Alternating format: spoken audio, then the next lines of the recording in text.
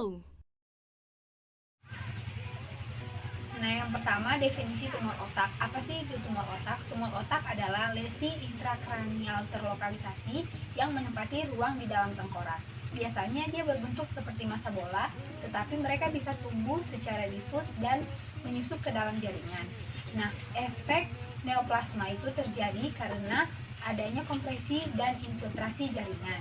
Kemudian berbagai tanda atau perubahan fisiologis dapat menyebabkan terjadinya peristiwa patofisiologis seperti peningkatan tekanan intrakranial atau ICP, kemudian edema cerebral, aktivitas kejang, kemudian tanda neurologis yang vokal, selanjutnya hidrosefalus dan fungsi hipofisis yang berubah. Baiklah, selanjutnya itu yang pertama itu ada gliomas, yang kedua itu ada meniomas, yang ketiga itu ada neuromas akustik, yang keempat itu ada adenomas pituitari, yang kelima itu ada angiomas. Nah, yang selanjutnya itu apa saja yang dikaji? Yang pertama itu ada biodata pasien, yang kedua keadaan umum, ketiga riwayat kesehatan sekarang, serta riwayat kesehatan dahulu dan riwayat kesehatan keluarga. Yang keempat itu ada pemeriksaan fisik dimulai dari palpasi, perkusi, auskultasi, dan inspeksi.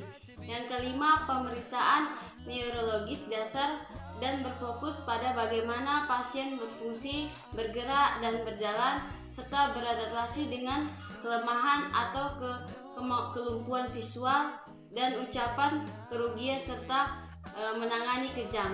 Yang keenam itu nyeri pernapasan masalah, yang selanjutnya gangguan usus dan kandung kemih, gangguan tidur dan gangguan integritas kulit, dan keseimbangan cairan serta pengaturan suhu.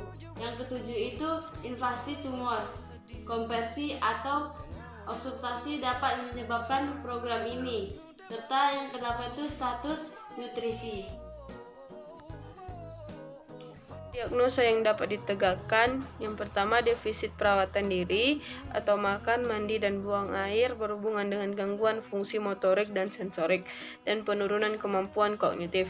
Yang kedua, gizi tidak seimbang, kurang dari kebutuhan tubuh berhubungan menjadi cachexia karena pengobatan dan efek tumor menurun, asupan nutrisi dan malabsorpsi. Yang ketiga, berhubungan dengan ketakutan akan kematian, ketidakpastian, perubahan penampilan, perubahan gaya hidup. Yang keempat, proses keluarga yang terganggu berhubungan dengan antisipasi, kesedihan, dan beban yang ditimbulkan oleh perawatan orang dengan penyakit terminal. Kelima, nyeri akut yang berhubungan dengan kompresi tumor, pertukaran gas yang tidak seimbang terkait dengan dyspnea.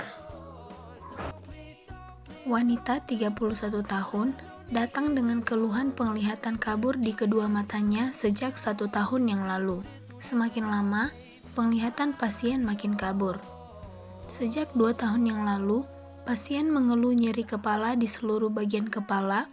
Nyeri dapat muncul tiba-tiba saat istirahat ataupun aktivitas. Nyeri tidak didahului faktor pencetus.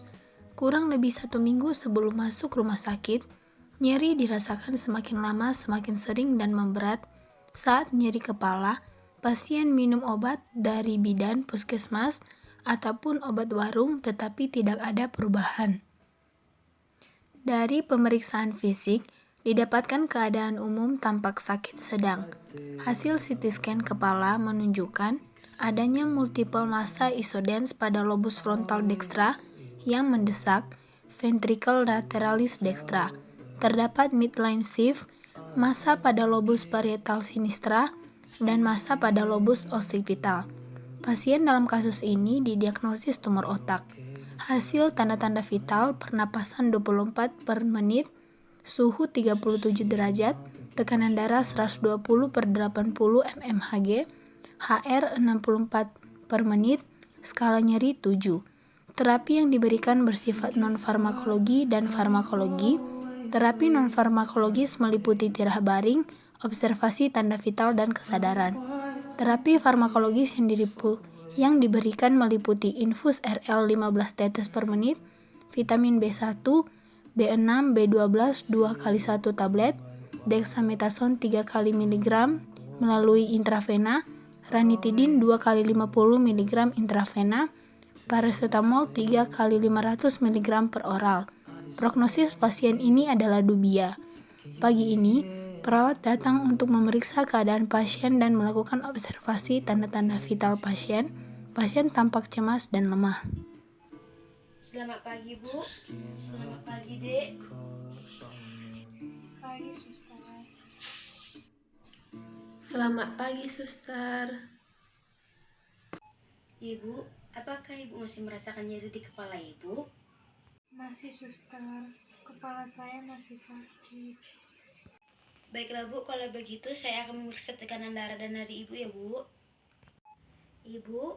Ibu harus banyak istirahat ya, Bu. Jika kepala Ibu terasa nyeri, Ibu jangan cemas.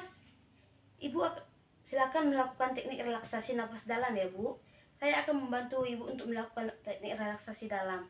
Sebelum saya melakukannya, apa posisi Ibu terasa udah nyaman? Baiklah, Bu. Ibu bisa meletakkan tangan Ibu di bagian perut. Satu tangannya lagi disilangkan di bahu ya, Bu. Ibu bisa merilekskan pikiran Ibu dan mencoba memejamkan mata Ibu. Rasa tarik nafas dalam-dalam melalui hidung ya, Bu. Saya itu sampai 3. Ibu bisa menarik nafasnya ya, Bu. 1, 2, 3. Konsentrasi pada nafasnya ya, Bu. Setelah itu, Ibu bisa membuang nafas Ibu secara perlahan melalui mulut ya, Bu. Dan rasakan area nyerinya ya, Bu.